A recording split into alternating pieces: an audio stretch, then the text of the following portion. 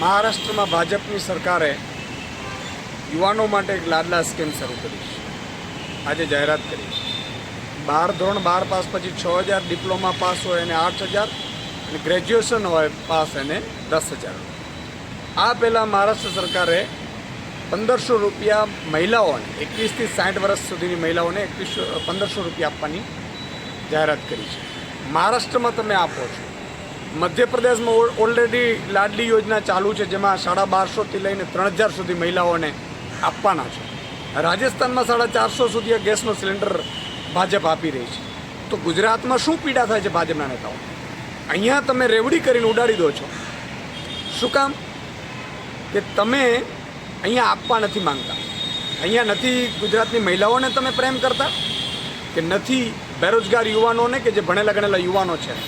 આજે સામાન્ય ઘર ચલાવવું મુશ્કેલ થઈ પડ્યું છે ગુજરાતના બહેનોને, માતા બહેનો, દીકરીઓને અને નાગરિકોને અને યુવાનોને.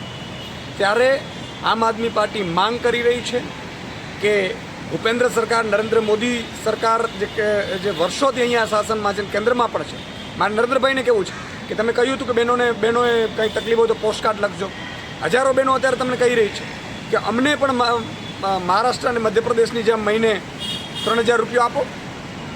તો મારી માંગણી છે કે બહેનોને મિનિમમ 1,500થી 3,000 રૂપિયા દર મહિને બહેનોને આપવામાં આવે, અને યુવાનોને જે ધોરણ 12 પાસ છે એમને પણ 6,000, ડિપ્લોમા પાસ 8,000 અને જે ગ્રેજ્યુએશન છે એમને 10,000 રૂપિયો ચૂકવવામાં આવે. એ અમારી માંગણી છે આમ આદમી પાર્ટીની.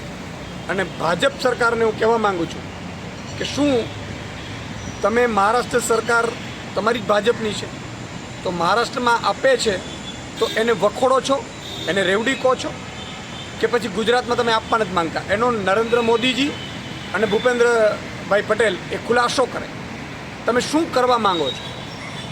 બહેનો અને યુવાનો, લાખો યુવાનો પૂછી રહ્યા છે ગુજરાતના કે તમે યુવાનોને બેરોજગારી ભથ્થું કે આર્થિક સદ્ધરતા માટે જે રાશિ છે આપવા માંગો છો કે કેમ? અને જો ન આપવા માંગતા હો તો મધ્યપ્રદેશ અને મહારાષ્ટ્રમાં તમારી સરકારે આપ્યું છે એ શું રેવડી છે? તમે એની સાથે સહમત છો કે નથી?